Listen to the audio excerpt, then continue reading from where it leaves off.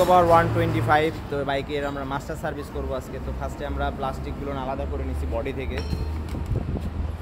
এখন বডিটা ভালো করে খুলে নিচ্ছি, খুলে আগে বডিটা ক্লিন করবো আমরা।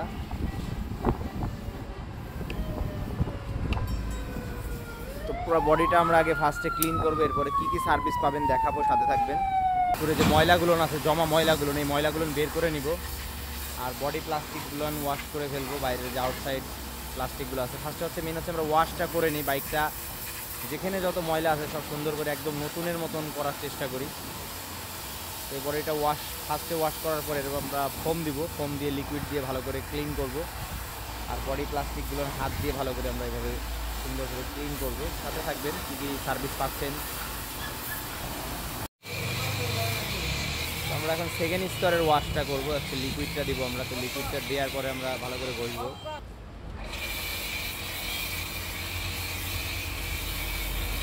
এই লিকুইডটা দিয়ে আমরা 1-2 মিনিট মতো এইভাবে রেখে দিব। অয়েলি যে ময়লাগুলো আছে ময়লাগুলো আমরা ভালো করে ব্রাশ দিয়ে ডলবো, ডলার পরে তারপরে ময়লাগুলো বের করে দিব। বডিটা আমরা ভালো করে ক্লিন করবো, এখানে ওয়াশ করব ব্রাশ দিয়ে দিয়ে, যেখানে যেখানে লিকুইড আমরা দিছি প্রত্যেকটা জায়গায় ক্লিন করব। এছাড়াও চেন কভারগুলা আর বডি যে পার্টসগুলো এগুলো আমরা ক্লিন করে করে শুকাই দিচ্ছি। তো এই প্রত্যেকটা ক্লিন হয়ে যাওয়ার পরে আমরা সেটিংয়ে যাব, এবং সেটিংয়ে যাওয়ার পরে কী কী কাজ পাবেন সাথে থাকবেন, আমরা দেখানোর চেষ্টা করব।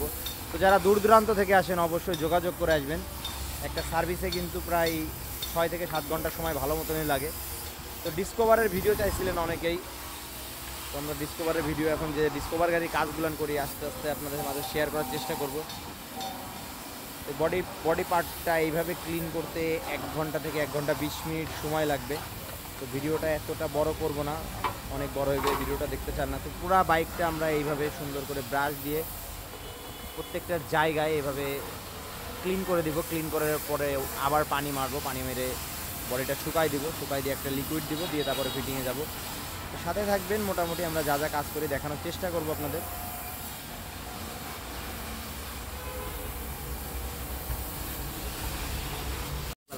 কার্বোরেটরটা আমরা ক্লিন করব। তো আগে আউটসাইডের যে ময়লাটা আছে এই ময়লাটা ভালো করে ক্লিন করব। তো একটা সার্ভিসের ভিতরে একটা WD-40 আপনাদের দিতে হবে, কারণ হচ্ছে এই একটা কার্বোরেটর এবং যে ক্যাবেলগুলো ক্লিন করতে পুরো একটা WD-40 লাগে ভালো করে ক্লিন করতে। তো আমরা আউটসাইডটাকে ক্লিন করে এরপরে ইনসাইডটা দেখব। আউটসাইডটা ক্লিন হয়ে গেলে আমরা ইনসাইডটা দেখব। তো ইনসাইডের নাটটা খুলে দেখব যে কী অবস্থায় আছে। তো মোটামুটি ভালো অবস্থায় আছে, বেশি একটা ময়লা জমে নাই।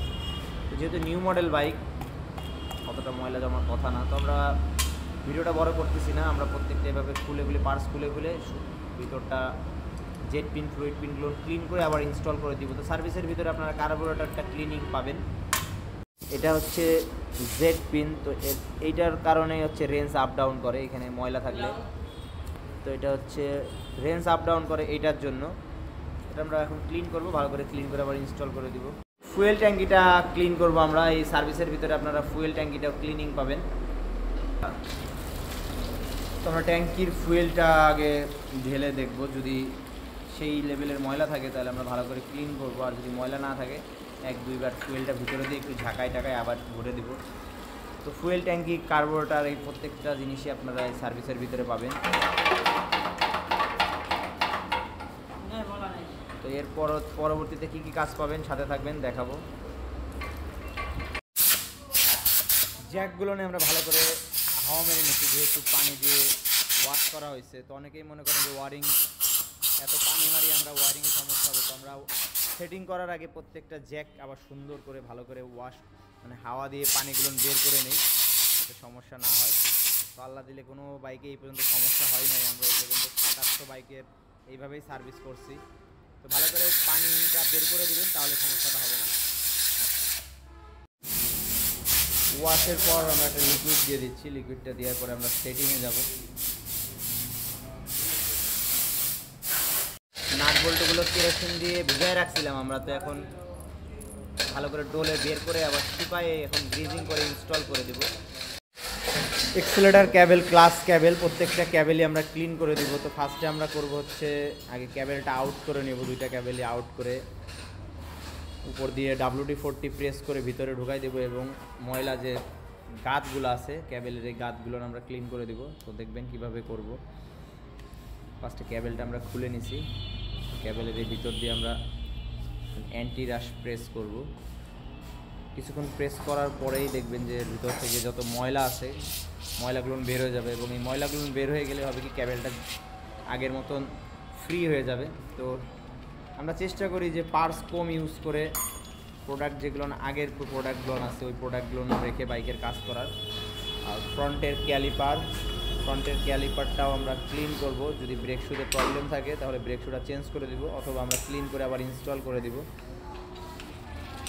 ব্রেক শুটা আমরা দেখতেছি, দেখেন ব্রেক শুর ভিতরে কি ধরনের জং পড়ে। এই জংগুলান আমরা WD-40 দিয়ে ফার্স্টে ক্লিন করে দেব। ক্লিন করার পর তারপরে গ্রিজিং করে দেবো। এই রাবারগুলো চেক দিব, রাবারটা পরিষ্কার করব। তো কেমন ময়লা থাকে ভিতরে এই ক্যাবেলের ভিতরে দেখতে পাচ্ছেন। তো উপর থেকে প্রেস করা হচ্ছে, উপর থেকে প্রেস করলে এই ক্যাবেলের যত ময়লা কিংবা গাঁত থাকে এই গাঁতগুলো এখান থেকে দেখেন কালো কালো বেরোয় আসতেছে। তো আমরা ক্লাস ক্যাবেল এক্সেলেটার ক্যাবেল দুইটাই এই সার্ভিসের ভিতরে ক্লিন করে দেই। এখন আমরা এখানে ফ্রন্টের যে ক্যালিপারটা ক্লিন করতেছি। তো সব ভালো করে মুছে দেওয়া হবে, মুছে এখানে যে ময়লাগুলো আছে ময়লাগুলো ক্লিন করা হবে।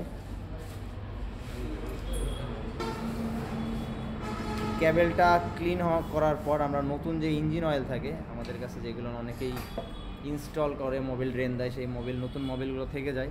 তো এই ইঞ্জিন অয়েলটা আমরা ভিতরে দিয়ে দিচ্ছি। অনেকে বলে যে ভাই WD-40 দেওয়ার পরে হার্ড হয়ে যায়। তো আমরা এরপরে আমরা ইঞ্জিন অয়েল দিয়ে দিই ভিতরে প্রেস করে করে, যাতে জিনিসটা অনেকটা ফ্রি হয়ে যায় ক্যাবেলটা। তো একইভাবে আমরা দুইটা ক্যাবেলই ক্লিন করব। আমি ভিডিওটা বড় করব না, যে সার্ভিসটা পাবেন সেই সার্ভিসটা দেখাচ্ছি জাস্ট। তো আমরা ভালো করে ক্লিন করতেছি ভিতরটা, WD-40 মেরে যে ময়লাগুলো আছে ময়লাগুলো বের করে দিচ্ছি। ক্যালিপারের ভিতরে যে ময়লাগুলো আছে জুট ঢুকাই আমরা এইভাবে পরিষ্কার করে দিব। ক্যালিপার প্লেটে আমরা গ্রিস করে দিচ্ছি, গ্রিস করে ইনস্টল করব। তো একইভাবে আমরা পিছনের ক্যালিপারটাও ক্লিন করে দিব। এছাড়াও পিছনের স্টিক, ফ্রন্টের স্টিক সবই গ্রিজিং পাবেন। তো গ্রিজিং লেভেলটা একটু ভালো করে করবেন, তাহলে হবে কি এর পরবর্তীতে যে কোনো বাইক যারা যখনই ব্রেক প্যাডটা পাল্টাইতে যাবেন তখন তার জন্য অনেকটা ইজি হবে।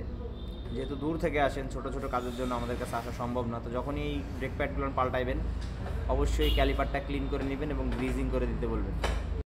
তো ফ্রন্টের ক্যালিপারটা কমপ্লিট, এখন দেখেন কতটা ফ্রি হয়ে গেছে। তো আমরা এই সেমভাবেই পিছনের ক্যালিপারটা ক্লিন করব, চাকার স্টিক গ্রিজিং করব। তো ভিডিওটা আজকে অনেক এমনিই বড় হয়ে গেছে, আর বড় করতেছি না। তো ফুল